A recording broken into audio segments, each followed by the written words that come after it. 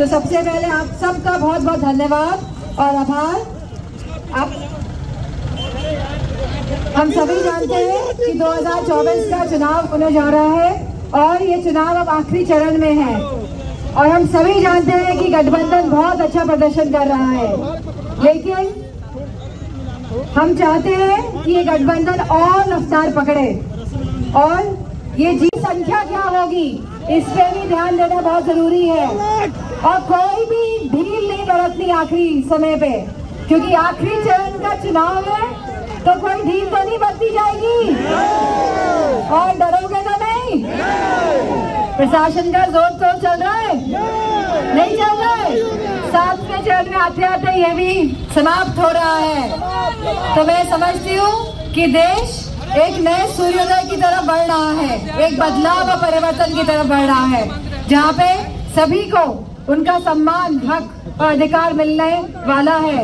लेकिन मैं आप सभी से यही कहना चाहूंगी कि एक एक वोट साइकिल का बटन दबाकर आने वाली 1 तारीख को आप समाजवादी पार्टी और गठबंधन को मजबूत तो करेंगे ही, साथ ही बदलाव और परिवर्तन की जो राजनीति है, जो संविधान को बचाने की राजनीति है, जो लोकतंत्र को बचाने की राजनीति जो है, उसकी तरफ भी आप सब एक एक कदम आगे बढ़ाएंगे। और मैं सभी अपनी माता बहनों को धन्यवाद देना चाहूंगी जो आज यहाँ पे बसते चले जाएंगे।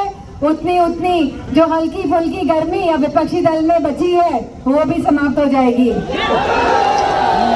तो गर्मी समाप्त करोगे कि नहीं करोगे? 1 तारीख को 7 से 12 बजे तक समाजवादी पार्टी का एक एक वोट बूथ में पड़ जाए। इन्हीं शब्दों के साथ आप हमारे प्रत्याशी को तो जिताओगे ही, साथ में समाजवादी पार्टी का जो अहम भूमिका होने वाली है पूरे देश में और आने वाले प्रदेश में भी, क्योंकि कहीं ना कहीं जब दिल्ली की सरकार जाएगी तो उत्तर प्रदेश की सरकार भी डगमगा रही है, वो भी जा सकती है। इन्हीं शब्दों के साथ आप सबका बहुत बहुत धन्यवाद और आभार। जिंदाबाद जिंदाबाद जिंदाबाद जिंदाबाद।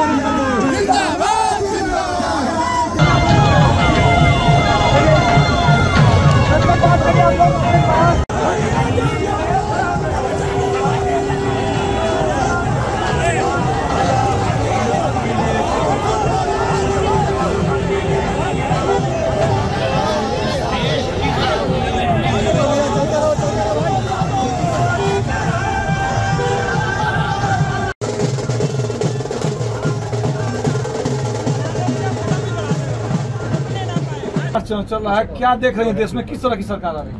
मैं समझती हूँ कि लोगों की सरकार आ रही है, क्योंकि जिस तरह का जनसैलाब देखने को मिल रहा है गठबंधन की सभी मीटिंगों में और जो साथ का समर्थन मिल रहा है, तो मैं समझती हूँ कहीं ना कहीं गठबंधन की सरकार बनने जा रही है। मोदी जी कन्याकुमारी जा रहे हैं 3 दिन के लिए, क्या कहेंगी इस पे? अच्छी बात है, कन्याकुमारी जा रही है, बहुत अच्छा है। अमित शाह कह रहे हैं कि इस बार जो है 400 पार 310 हो चुका है और इस चरण में 400 पार होगा। कैसे कह रहे हैं इतने कॉन्फिडेंस के साथ? मैं समझती हूँ कि जो पहले 80 में से 80 की बात कर रहे थे उत्तर प्रदेश में, अब 80 में से 80 तो नहीं कह पा रहे, कह रहे नहीं कह पा रहे हैं। तो कहीं ना कहीं जो ये झूठ फैलाने का काम करते हैं, तो ये जो नारा है 400 पार का, ये भी उसी की कड़ी का ही एक हिस्सा है।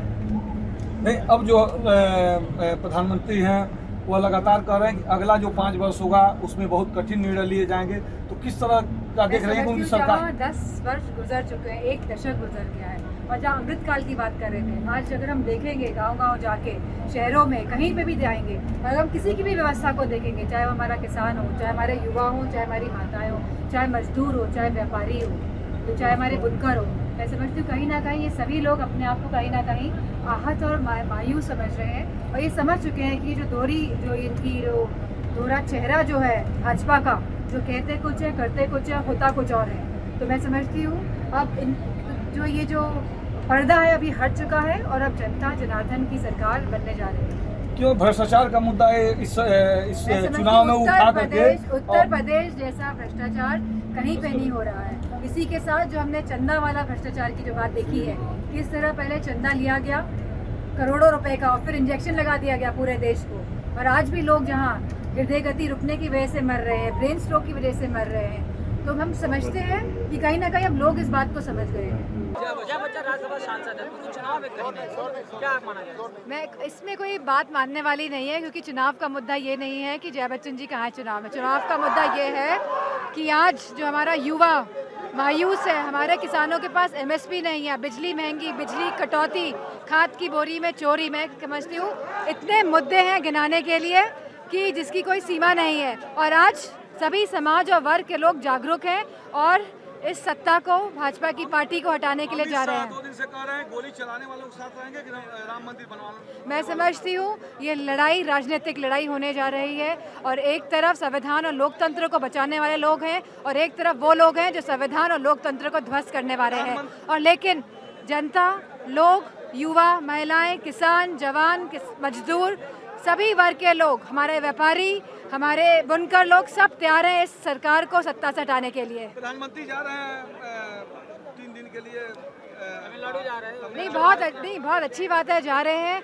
मैं तो समझती हूँ कि जाने की क्या ज़रूरत है, घर पे भी बैठ के अगर मेडिटेशन अगर आप कर सकते हैं, कोई भी मेडिटेशन कहीं भी कर सकता है, लेकिन उसका इतना प्रचार नहीं होता है, मैं समझती हूँ। तो ये अच्छी बात है और जाएं जहाँ जाना चाहते हैं। कितना सीट मान रही है कि कितना सीट जीत रही है?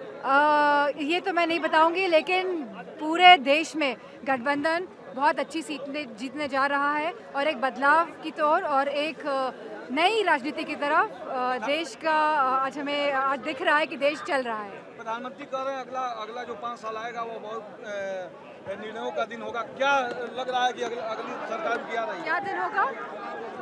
मतलब कई अहम निर्णय लिए जाएंगे अगर मैं समझती हूँ 10 साल का जो समय कार्यकाल जो गुजरा है, इस तरह की जो अर्थव्यवस्था चरमराई है, आज महंगाई चरम सीमा पे है, आज महिलाएं सुरक्षित नहीं है, आज हमारा युवा, पूरा देश युवाओं का देश है और प्रदेश और देश आज युवाओं में हाहाकार मचा है। रोजगार नहीं है, नौकरियां नहीं है, आरक्षण का हक समान अधिकार नहीं है।